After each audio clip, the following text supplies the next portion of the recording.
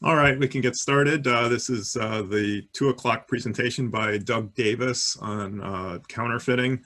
Doug is involved with the Numismatic Crime Information Center and also the Anti-Counterfeiting Task Force, and is going to talk about current activity with respect to counterfeit and anti-counterfeiting measures. So with that, Doug, take it away.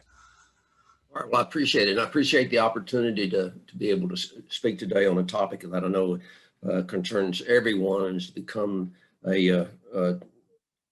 what I see as a tremendous problem within the numismatic industry, which affects different levels of the industry and the numismatic community, as well as the financial community out there. The Anti-Counterfeiting Educational Foundation, like it says, was formed in January 2017. I think that was one of the most important things that's been accomplished in this area in regards to the numismatic industry leaders recognizing, again, what the threat and what it poses to our industry in the marketplace. And under that, the Anti-Counterfeiting Task Force has made some great strides in relation to the combating counterfeits. As everyone well knows, Beth Deisher became the director of ACTF and did a tremendous job in laying the foundation for moving forward with what we're trying to accomplish and what our goals and objectives are, and along with our mission statement, and that is to provide education, expertise, and other resources, especially to law enforcement and the community in the area of counterfeit coins and precious metals. The presentation today is to provide you with what ACTF is doing to combat the counterfeit coinage and precious metals situation that's occurring right now.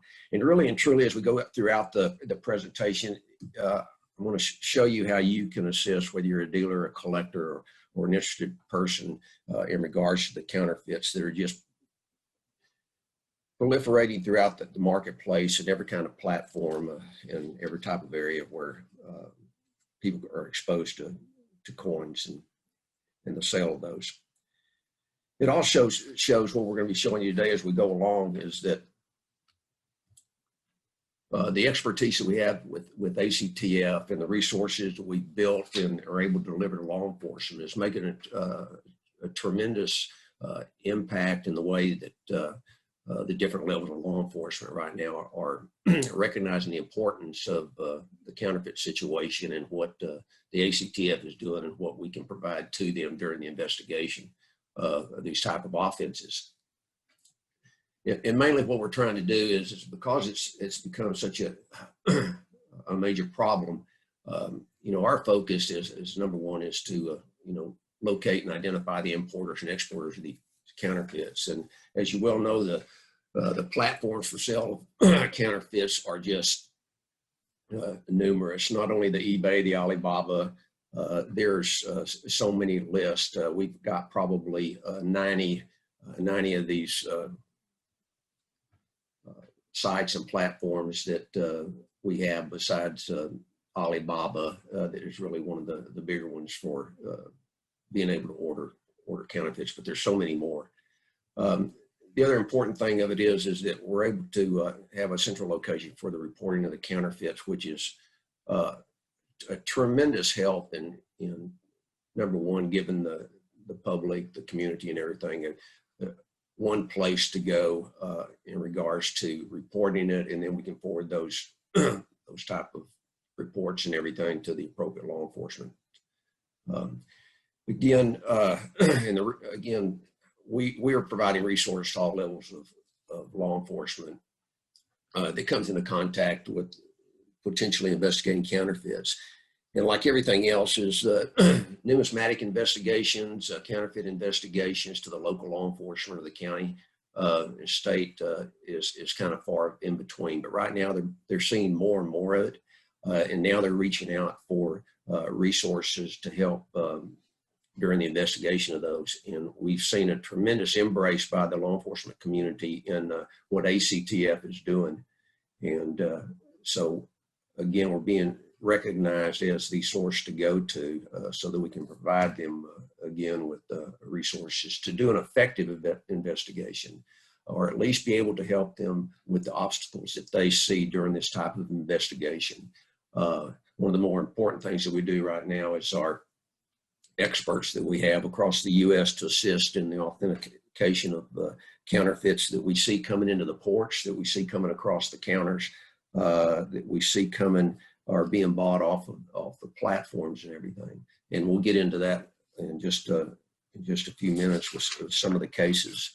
In the early development of ACTF, we put together some work groups to kind of target and pinpoint the different areas we felt like the counterfeits were posing to the community, and how we can assist in developing some, again, resources, identify some areas that need to be, again, we have an area for research, but try to encompass everything to help us get a good grasp of exactly what was going on and how to move forward with some strategic initiatives and everything. The last few months, I've been focused a lot, most of the time, with the situation and investigations that we have going on, but also building those relationships between the different levels of law enforcement. The work groups I see in the next month or so will probably be regrouped and refocused, and I'll get into that in just a few more minutes. But they have been a tremendous support. They provide, they volunteer their time and everything, and we want to put them to work a little harder in the future now. I think what I think comes to play most importantly during the counterfeit investigations and everything is, number one, is we needed to get the recognition that this is a major threat to our to our industry, economy, and the general public.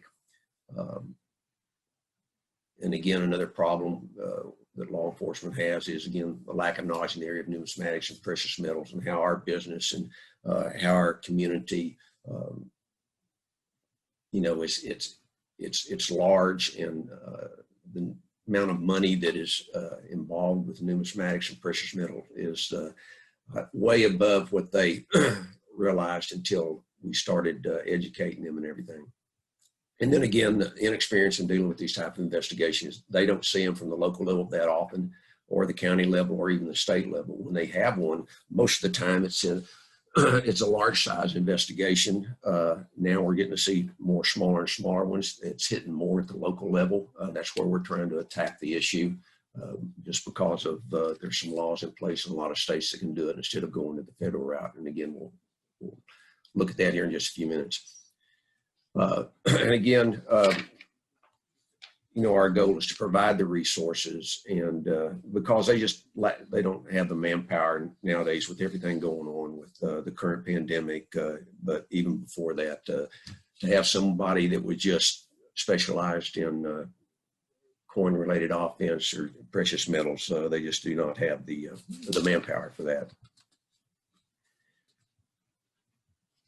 I think where a lot of people are seeing, a lot of victims that we're seeing out there today is that when they call and say that they have counterfeit coins, or they have been a victim of some type of a counterfeit, whether it's you know, precious metals or the coinage and everything, a lot of times law enforcement is hesitant to take that.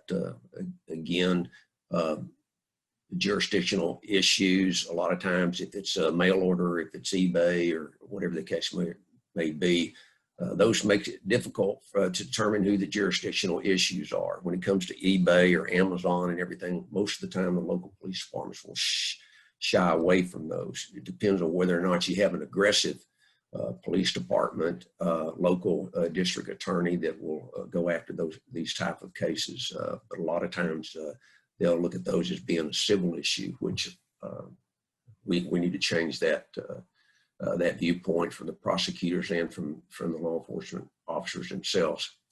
And then again, when we get to the different agencies, whether it's Secret Service or FBI, is whether or not they meet the threshold. A lot of the thresholds in these agencies could be anywhere to $250,000 to $500,000. And when they see the offense of some of the counterfeit coinage and everything, it does not meet that threshold. But their change in philosophy and thought process is changing because of the cases we're sending them. They're recognizing what harm it can do to the counterfeits can do to the economy and the numismatic industry.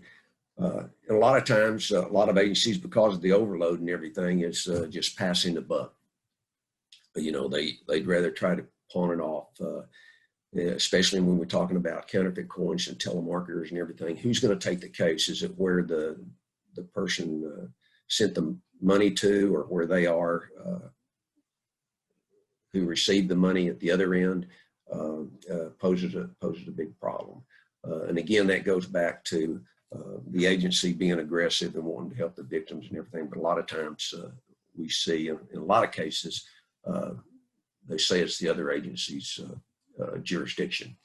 And again, we come to a lot of times when local officers come to the scene and see counterfeits or whatever the case may be, a lot of times they'll say buyer beware. Well, that's not true anymore.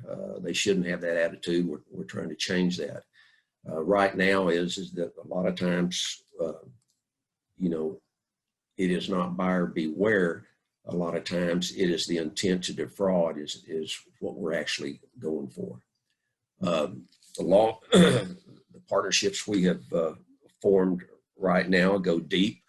I can say that ACTF has had a great relationship right now with the Treasury OIG and Special Agent Chris Hershey, who's done a tremendous job helping us and coordinating a lot of investigations. He stays on top of things. We communicate almost on a daily basis, and he's been in the lead in helping us develop these resources within the different levels of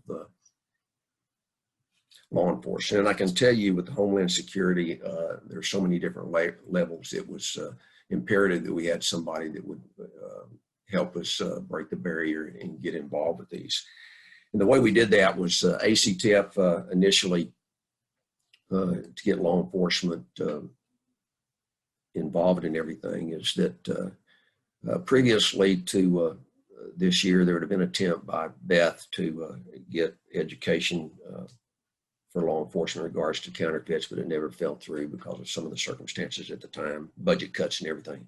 But in January of 2020, at the Long Beach show, we were able to conduct an 8-hour class that included 43 agencies in attendance, which included just about every level of the federal agencies that would come into contact, including Secret Service. But also what was important at this time is that we had the Mint. They had approximately 8 members from the Mint, from their law enforcement section, from their engineering section. And so it was important for them to do that. And the presentation was well received. And after that, we were able to develop, again, a communication network where we could forward information that would help them and provide them with what ACTF is doing.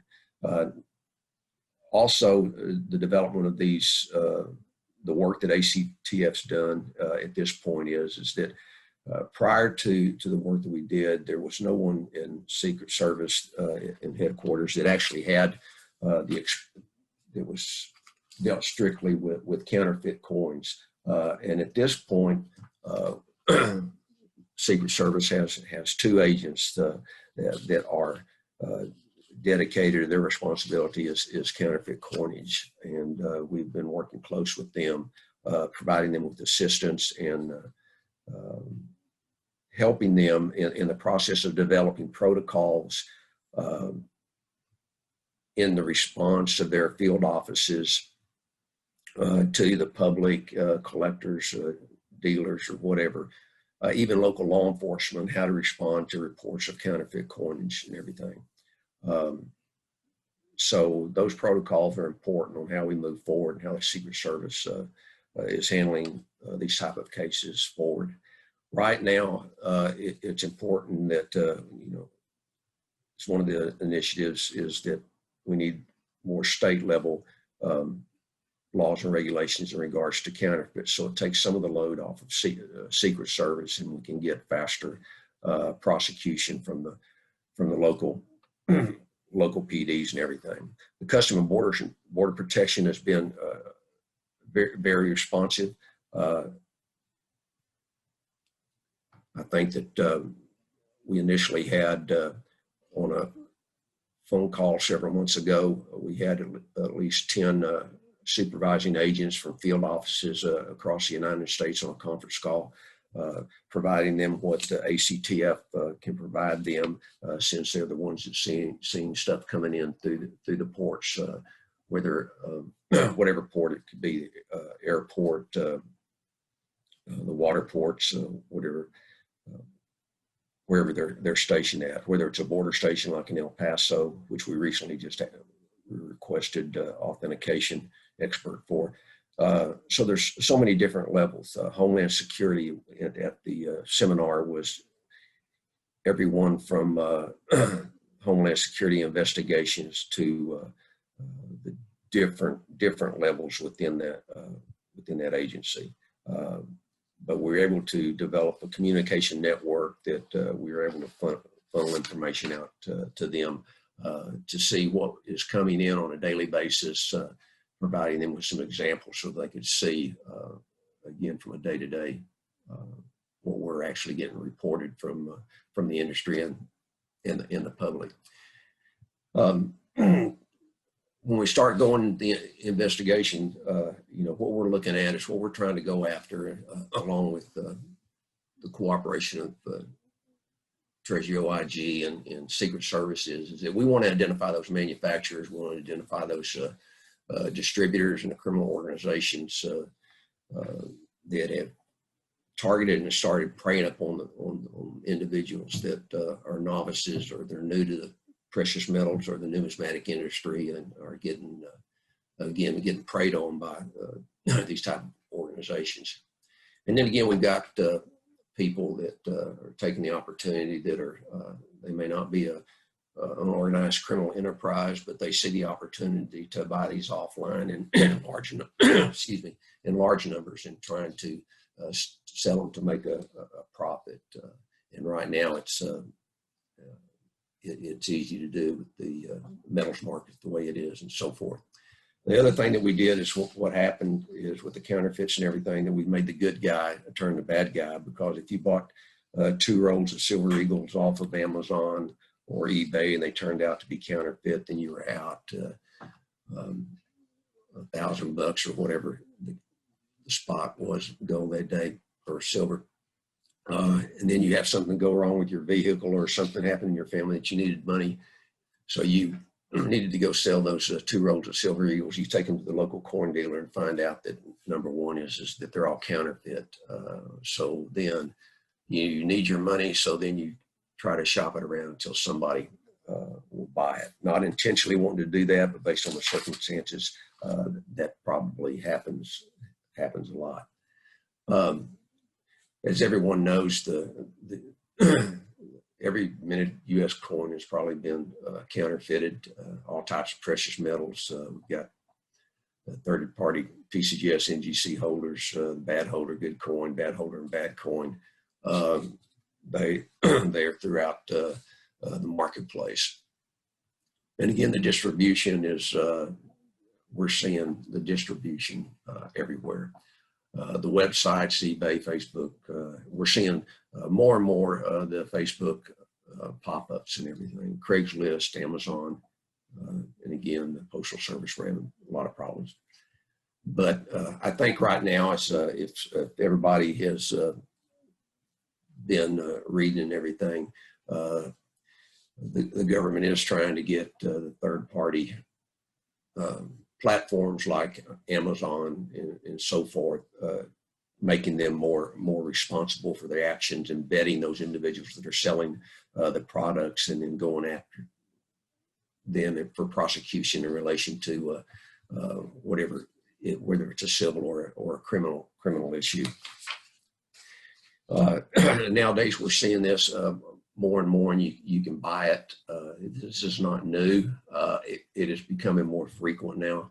But as you can see, counterfeits is, and it's easy to obtain those in numerous platforms.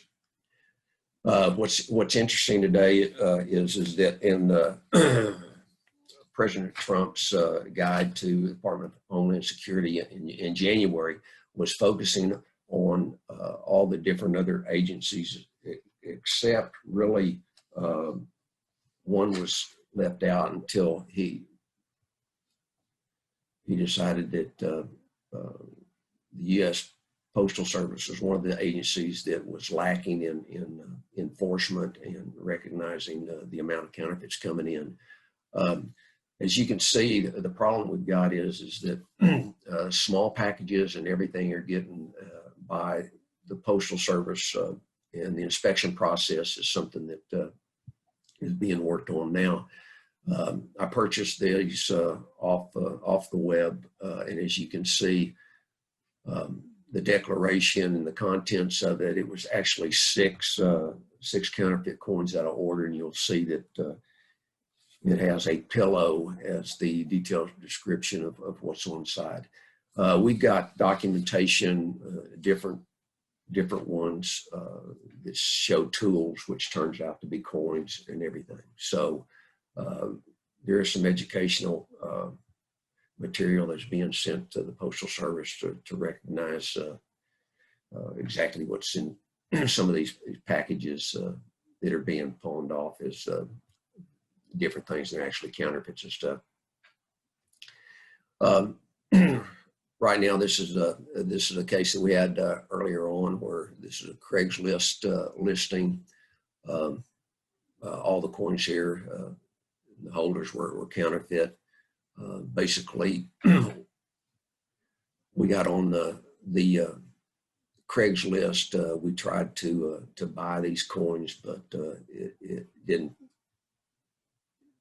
fall through the way that we wanted to. We did identify the guy, and they're still investigating this case right now. What's interesting is on these coins, when we got the case or the first report of it, we looked on there, went ahead and did the search on them and everything. But not only doing the NGC, PCGS search sites and everything, we actually went on the web and pulled up some of these numbers and everything. What we found out is that several of these coins were on websites of dealers, which it was on one website that was just about 30 miles away from where the suspect lived. We contacted the dealer and said, yes, I've got it, still have it, so forth and so on. We called another dealer that had the other coins. They were actually able to walk over and pick the coins up, and they did have them in their possession. So again, we're seeing technology and making a big impact on the counterfeits. As everyone well knows, with the volatility of the metals right now, it has become a growing problem. Online buying has increased, so what that's done is increased victimization due to the lockdowns and people having more time again to browse the web, and they're falling for sales and the cheap prices and everything. What we've eliminated and gotten through to law enforcement was a big problem in the beginning is a lot of times what they weren't counting the market value, but just exactly what the value of the coin was. So it was a dollar was a dollar, and they weren't evaluating it based on the numismatic value. And then again, what makes it so easy is that to buy these counterfeit coins at a fraction of the cost and make money. This is an example we gave in the different law enforcement agencies is the difference in market value versus counterfeit value. And a dollar is just not a dollar when it comes to the numismatic industry. And again, the same thing with silver. We're seeing a huge impact and a huge number of websites because, again, of the volatility of the market. Right here is I'm pushing this cart. We did a seizure at the DFW airport with over 2,100 2020 Silver Eagles that all turned out to be counterfeits. The importer that bought these just happened to be about 5 miles down from my office here in the DFW area. We did the background. We seized them. It's in our local police department. The seizure. Secret Service at that time did not want to take the case, and the Customs and Border Patrol decided to release those to ACTF and the Pantego Police Department. We had those in custody. This kind of tells you that number one is, in the explanation that we try to give them, coin dealers, we really don't do business like that from DHL, sending those large types of or large amounts of silver that way. A lot of times that's not normal. And at this point, it was going to a place that was actually a distribution for other counterfeit products, such as purses and stuff. So again, what they were doing is that they were ordering in large quantities and then distributing them to either individuals buying large quantities, or more than likely organized enterprises that, again, would distribute it to making money off of it.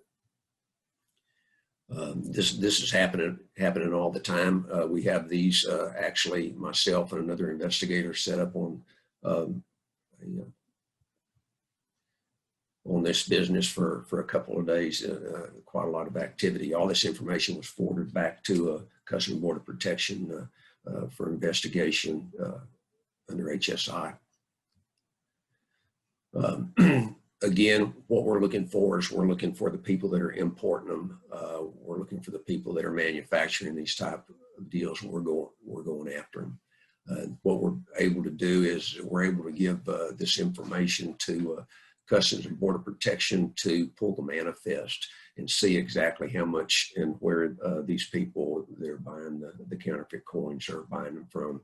And then that allows us to identify both the importers and the exporters, which is very, very important. We keep track of all that information, and again, that puts it on the radar of both Secret Service and Customs and Border Protection. Again, everyone knows probably the majority of 90% of the counterfeits coming into the United States is coming from China, and it's become a major threat, as you can see, we pointed out before.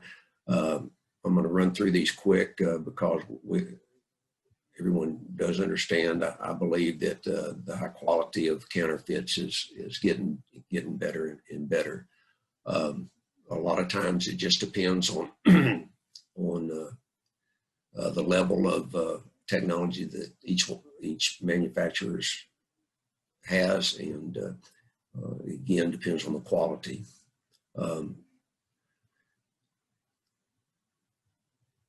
This happened, we started beginning seeing it then, and in the last 3 or 4 years, it's just really began to explode. Again, with the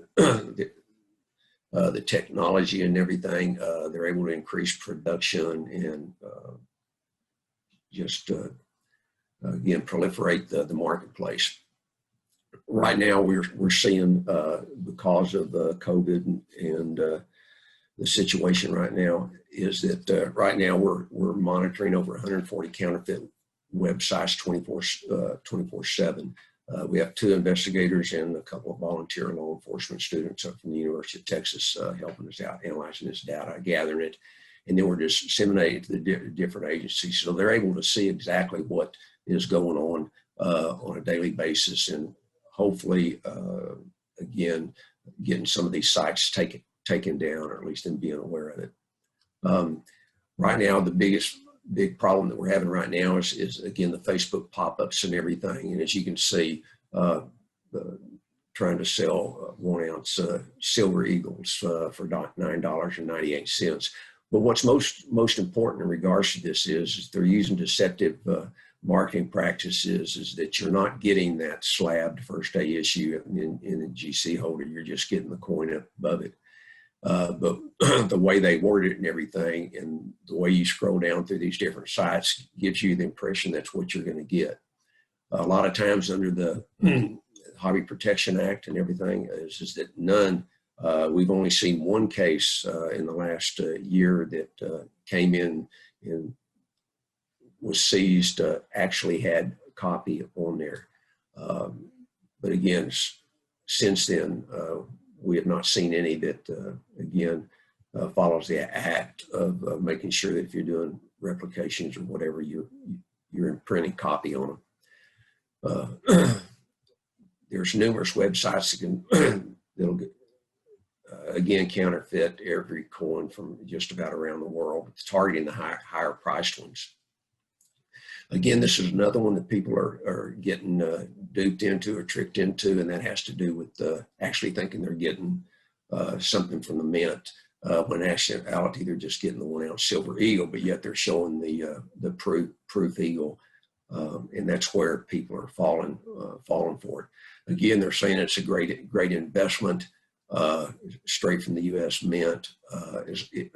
You can look through this and see some grammatical areas that give rise and red flags in regards to that it's not a legitimate site. A lot of times those sites will come on, spend 2 weeks at a time or several days, get 100 or 200 victims or more, and then shut down. We still keep track of those in case they pop up again. Another one here is, if you'll see that it's a nice 81S dollar, $12.98. But when you start scrolling down on the page and everything, you look down at the 1879 and kind of see what kind of tricks they're trying to do with showing real versus counterfeit.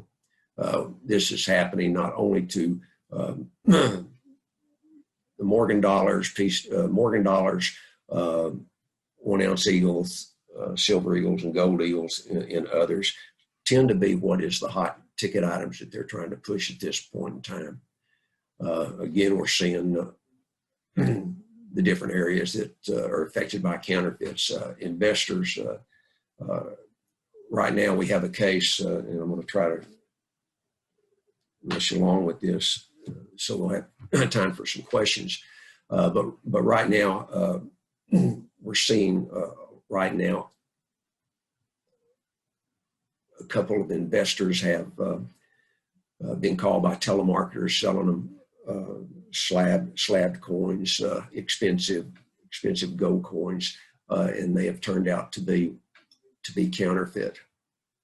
And again, these people, the 2 cases we have now are elderly individuals that, number one, were uncomfortable with where their investments were at the time of the markets and the pandemic happened and not sure what the stock market was going to do. So they wanted to turn their investment money into something else, and somehow got involved with the telemarketers who sold them, again, counterfeit coins. That is a major problem. That is something that we thought might happen in the beginning, as potential, as people buying from the wrong companies, not credible companies, and turning out and finding the stuff that they bought are counterfeit. Most of the time, people are again gullible. They're looking at it as, yes, maybe it's just a mistake or whatever, but again, if it's too good a deal, it probably is. On the telemarketers, and anyone that we see that is targeting the elderly, we go after them pretty hot and heavy, because that's where one of the weakest victims are, and that's where, again, they start preying on these individuals. But everybody is a target at this time because of the uncertainty of what's going on and the availability of the counterfeits.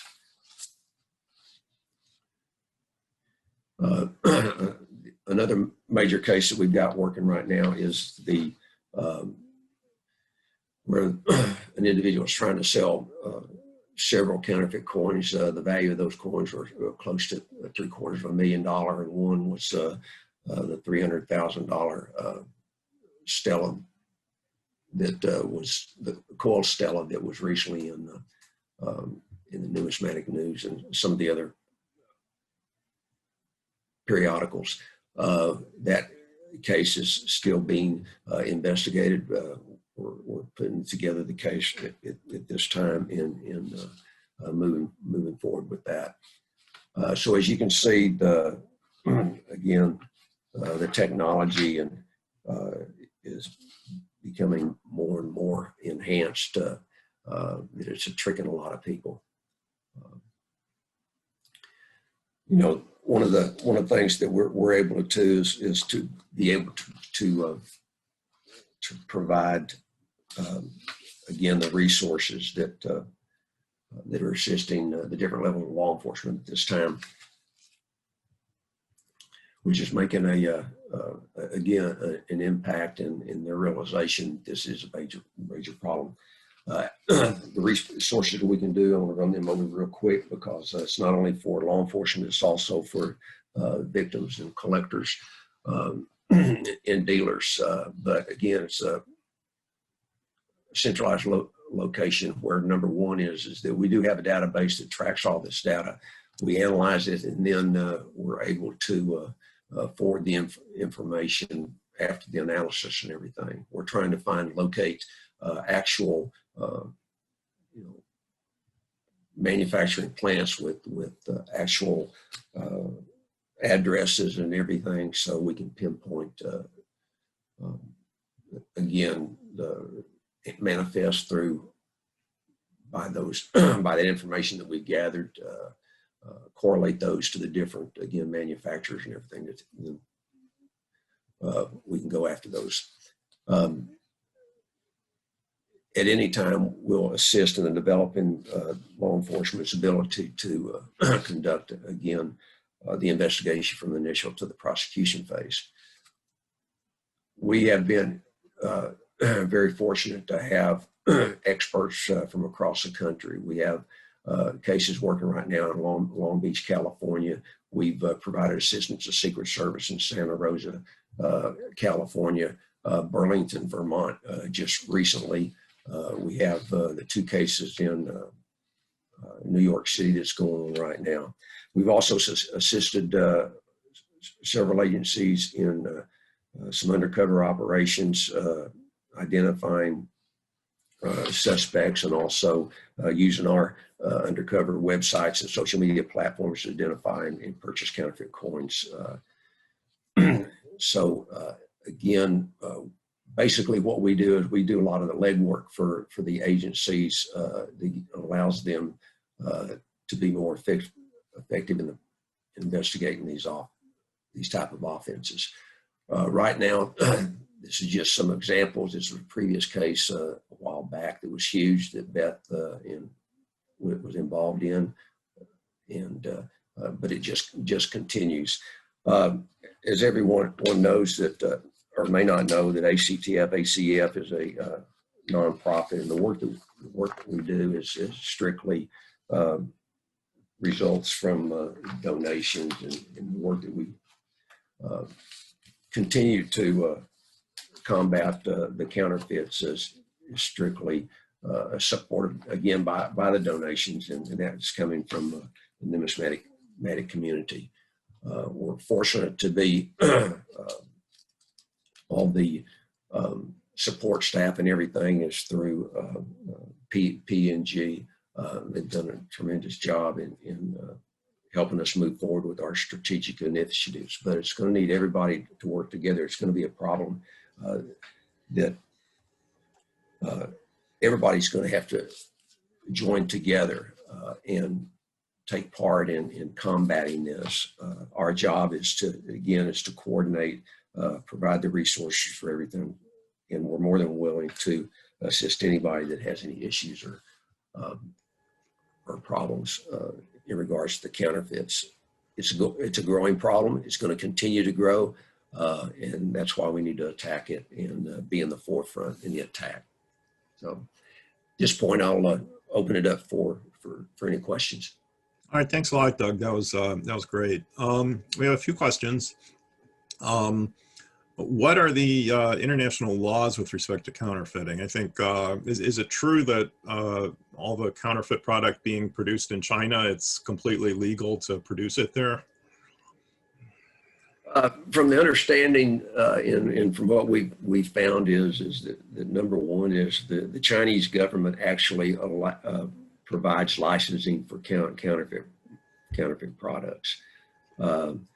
Although they have started doing some types of crackdown and join some forces, it's our understanding that you can get a permit to counterfeit, but that's where it stands right now. But anything that's that's imported that's counterfeit, again, is, unless it's stamped copy, is against our statutes. All right, I have another question about paper money. Much of the old U.S. paper money has handwritten signatures and serial numbers. Are you working more with coins and bullion products, or did you get involved with the paper money as well? Right now, Secret Service, that is their forte. That's what they have strictly been handling over the years. Got into some coins, but right now ACTF is strictly at this point in time with the coins and precious metals. And with respect to the Secret Service, I would guess they're a lot more concerned about counterfeit of existing $100 bills than something from the 19th century. Would that be correct? Correct.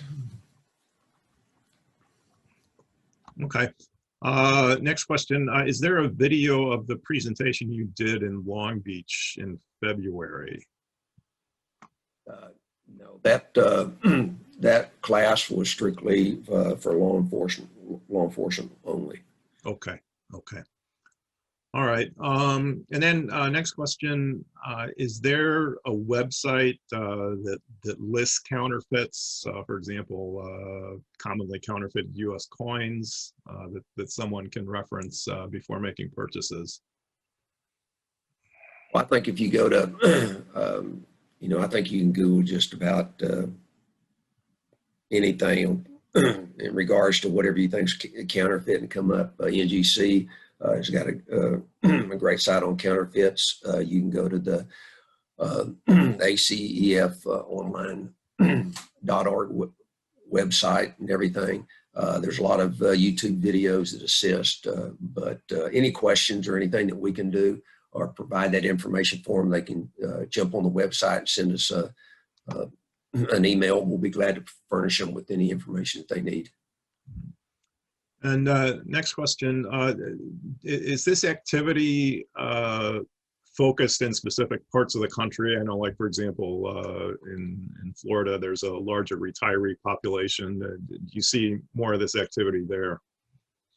Now, right now, pretty much based upon our statistics and the data that we gathered is that there's no specific hotspot. I think just because of the uncertainty with what's going on, that people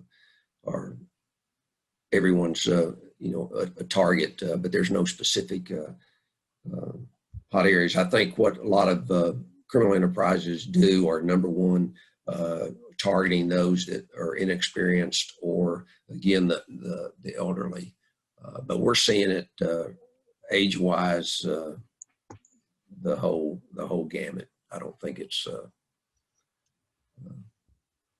just one age group or one location. We're getting reports from all over the country.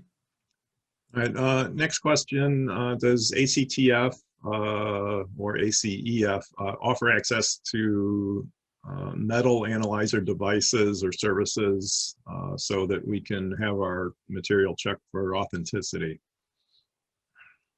No, we don't have we don't have that the equipment or anything.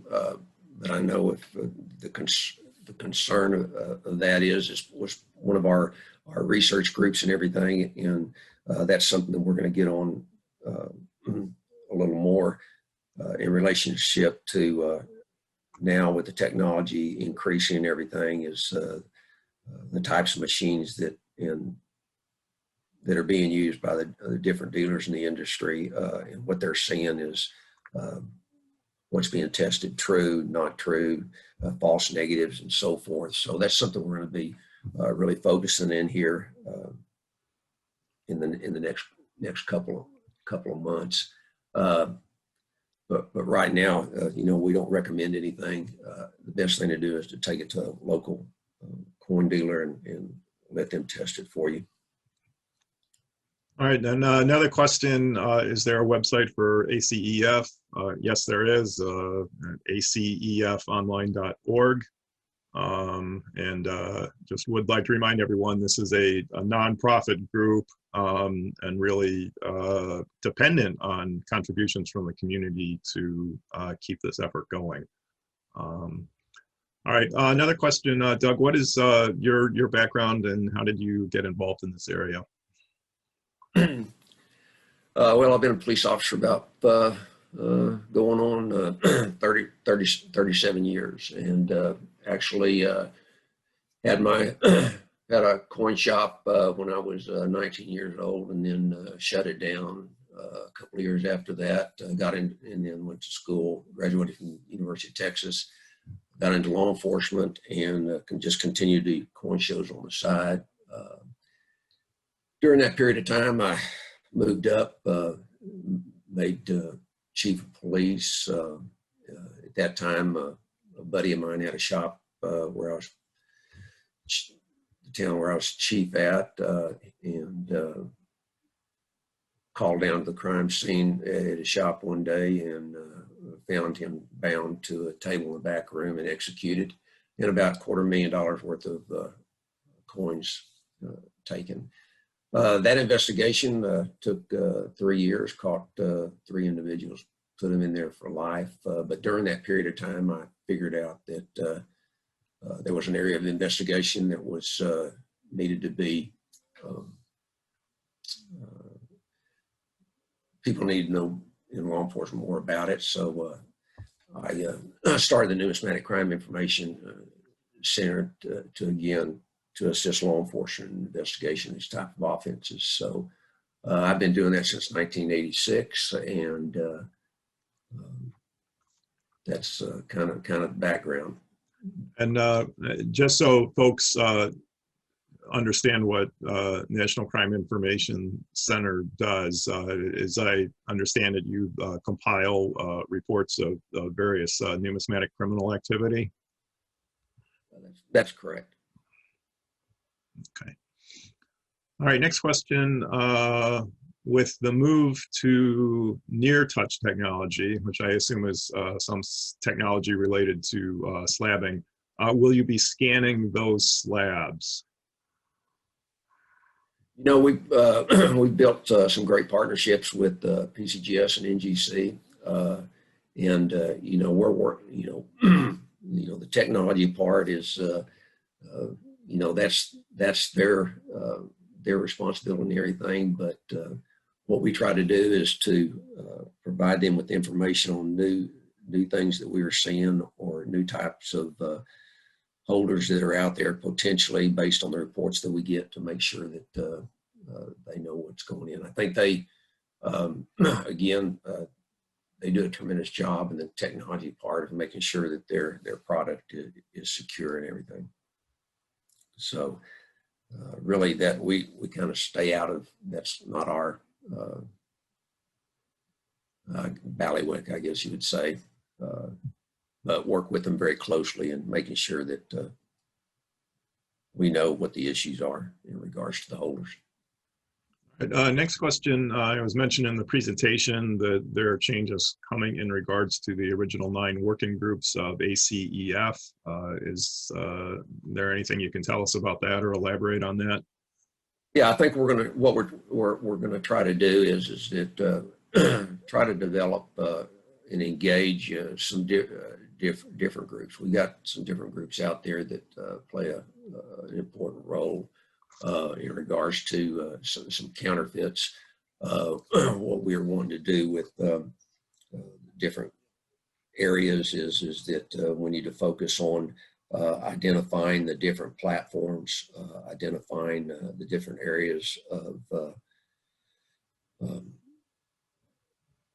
I guess, more intelligence gathering, and that is putting together, whether it's groups, again, specifying specific platforms, whether it's eBay, whether it's Amazon, or whatever. In that way, we're able to, again, the key to it is being able to know what's coming in on a daily basis across the counter, what people are seeing that is new.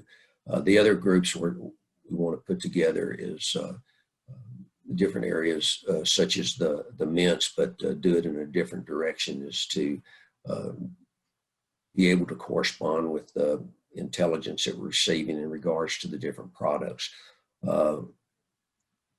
Making sure that we have a point of contact with their security individuals, so that we're able to disseminate the information. We need to be working with a lot of the major coin organizations, funds, central states, and everything. Work with them to make sure that we're educating the public. But those are kind of work groups that, number one, help us identify issues and problems, embrace their assistance, get the collectors involved, let them understand that this is a problem, a big problem, that ACTF is out there, and have the resources to help them if they become a victim and everything. So some of the work groups will stay the same, but again, we'll be focusing again on some different targeted areas. All right. Next question. You mentioned lack of manpower is currently a hindrance. Is there any way that interested collectors can get involved with ACEF? That's definitely an issue. Manpower, everywhere from in law enforcement and everything. But I think that ACTF would embrace the assistance, and we'll be reaching out further for experts and anyone that has an expertise area that we need to identify. We welcome that. I think that by if people just email us and let us know what they would be interested in, and we might be able to find them a spot, especially these new work groups that we get that are targeting the different platforms that we need to see, because right now we are seeing the government starting to push their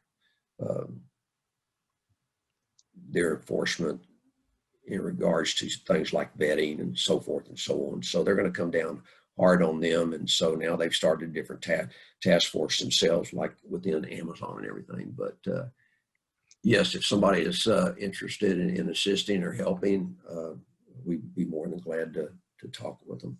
All right. And I'm sure individuals with law enforcement background would be especially welcome. All right, next question. Have you come across any counterfeit slabs from Annex or ICG? I have seen very, very few. It seems like that they're targeting a PCGS and NGC at this point. Yeah, and there was a discussion on counterfeit slabs in one of the sessions yesterday where it was mentioned that they'd never seen a counterfeit Annex or ICG slab. The thing of it is that they're smart. They're looking at the different things. They know where the market is. They know where to put these into the marketplace. So they're very savvy. So sure. It's something, again, intelligence and communication and identifying all these things is important to us. And with that, it supports what we're doing and helping combat the problem. All right. Another question: are there any websites or Facebook groups you would recommend to aid in identifying potential counterfeits? I think there's right off the bat, there's one, but it's it's called The Dark Side. They do do a great job. It's invitation only. It's vetted. So that's one. I'm not sure what their vetting process is and everything, but it's one. It has a lot of information and everything, and so it's ran by Jack Young, who kind of coordinates that. Part of the coin dealers, helping coin dealers, kind of an offshoot of that. So there is some out there. And do you think that the people who are doing this, the counterfeiters, are they monitoring those kind of sites just to sort of figure out what they should be doing better? Well, I think that's what they've tried to do on these sites, is vet it to where they make sure that they know who's joining or not. I think that that's always going to be a possibility. I think anything that we advertise that that this is what is wrong with this type of counterfeit and everything is again just alerting them, and then they're correcting those. So we're very careful about that. ACTF has a dealer portal that will be starting that will have that type of information, but again you'll be vetted, and everything for that information is available to the individual. But right now that's just something that we're not going to give the specifics out right now. Sure. Yeah, and this is just kind of a timeless thing. People are always going to try to counterfeit currency, and the people who are making the currency to begin with are going to try and keep incorporating anti-counterfeiting devices, and just try and stay a step ahead of the counterfeiters. So I don't think this will ever be completely eradicated.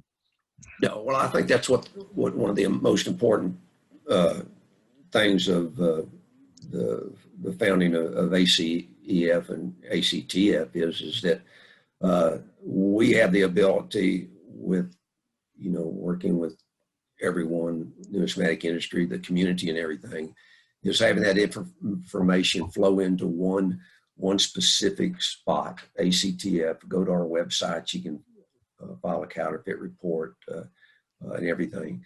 But we're able to gather the most up-to-date information in regards to what's available out there, where it's potentially coming from, the pop-up websites and everything. If we can target those things, then we are going to be one step ahead of them, and that's what we're doing. And I think again, the problem's going to continue, and ACTF and ACEF, backed by the community, is something that we have to continue and embrace, knowing that it's going to be an ongoing problem. It has in the past, and I think some of the philosophy has been it's just something that we have to deal with. Well, I think that we need to eliminate that thought process, and remember that if we don't grasp what's going on now, recognize that it's going to be a continuing problem, that it could jeopardize the integrity of our hobby and industry unless we keep continuing the work we're doing with ACTF. And so one last question. I see a lot of discussion about this in chat forums and so forth, but the attendee asks what eBay is doing to try and stop posting fake coins. I know on the PCGS US coin forum, it seems like hardly a day goes by that somebody doesn't point out a listing of some fake coin on eBay. So can you speak specifically with respect to what's happening on eBay in regards to counterfeits? Well, I think, again, a couple of those sites and that I mentioned, especially the one that Jack Young does with on the dark side, has been done a great job in getting a lot of eBay listings off of there. Right now, that's what we're working with OIG and Secret Service. We're funneling that information to them, and they're trying to take down different types of those websites that are doing it.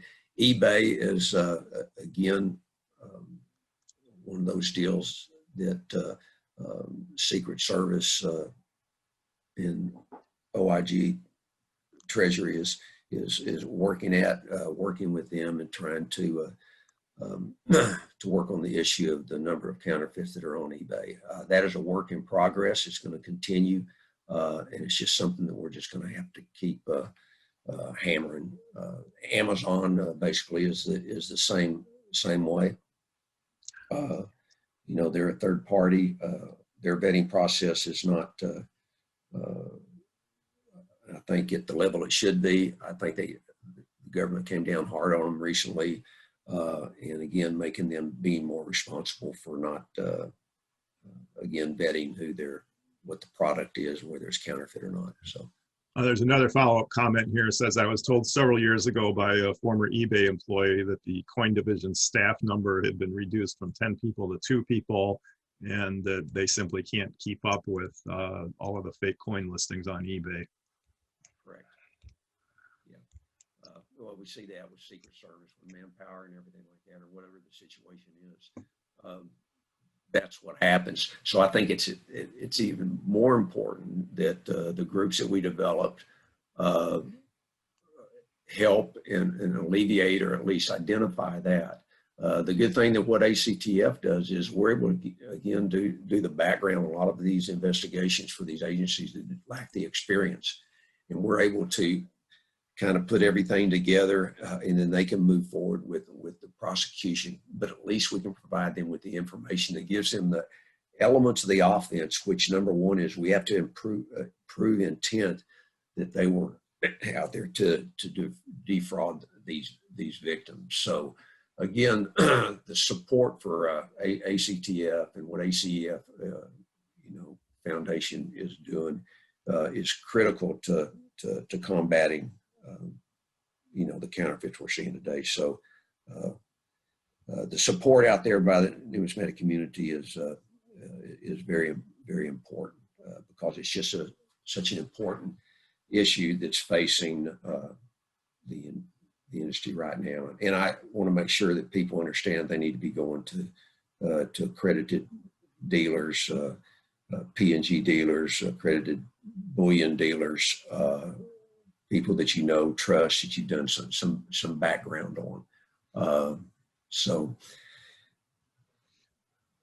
again, I think it's going to take everybody working together as a team to monitor it, and move forward with the combating of the counterfeits in the marketplace today. All right, thanks, Doug, and thanks for everything you're doing in this area. And as you say, it's going to take the whole community to make progress. So we'll wrap it up there. This video will be posted online in a couple weeks, and we have a few more presentations today. So we'll end it there, and thank you for attending.